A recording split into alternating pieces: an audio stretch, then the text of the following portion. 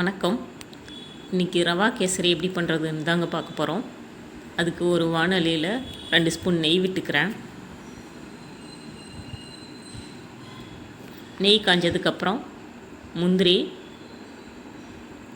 திராட்சை, பேரிச்சம்பழம் இது இருந்தால் போடலாம், ஆப்ஷனல் தான். எல்லாத்தையும் போட்டு பொன் வறுவலாக வறுத்து எடுத்துக்க போகிறேன். பாருங்கள், கோல்டன் ப்ரௌன் ஆகிடுச்சு. இது நான் தனியாக எடுத்து ஒரு பிளேட்டில் வச்சுக்கிட்டு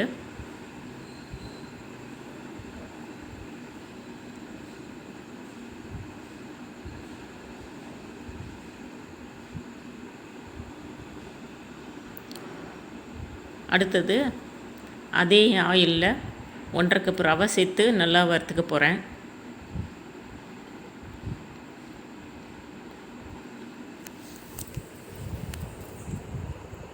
ரவையும் நல்லா வறுத்துருச்சு. அதை ஒரு தனி பிளேட்டில் மாற்றி வச்சுக்கிட்டு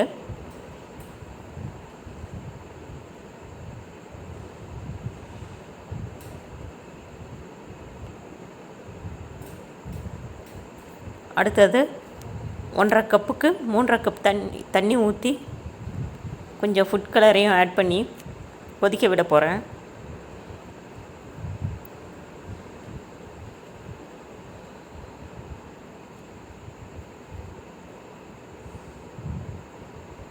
கொதிச்சிருச்சு. இப்போ வறுத்து வச்சுருக்கிற ரவையை எடுத்து அதில் கொட்டி கட்டி இல்லாமல் கிளறிக்கலாம்.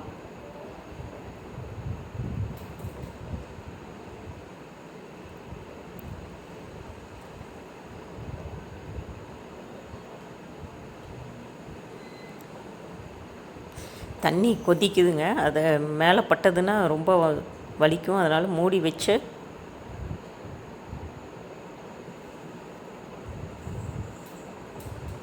நம்ம வேக விடலாம்.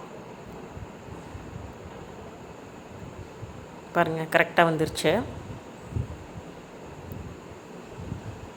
இனி இதில் தேவையான சர்க்கரை சேர்க்கலாம். நான் 1.5 கப்புக்கு 1 கப்பு சர்க்கரை சேர்க்குறேன்.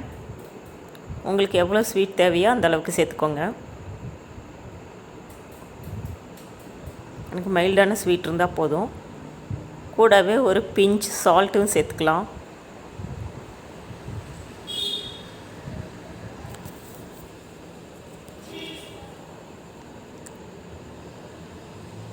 இப்போது திரும்ப ஒரு ஸ்பூன் நெய் விட்டு நல்லா கிளறிக்கலாம்.